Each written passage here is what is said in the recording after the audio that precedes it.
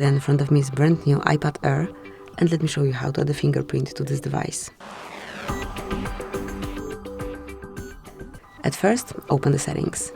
Then from settings list, select Touch ID and passcode, and mark use Touch ID for iPad unlock.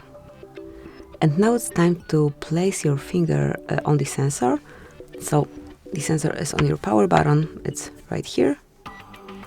So just keep tapping till your fingerprint is fully added. As you can see, you'll be informed on the screen. So just patiently keep tapping till it's added. Tap and continue then. Just a few more touches. And as you can see, it's complete. Just tap and continue. Now let's set some passcode. It's kind of backup to your fingerprint. Use anyway, as it's just for this tutorial.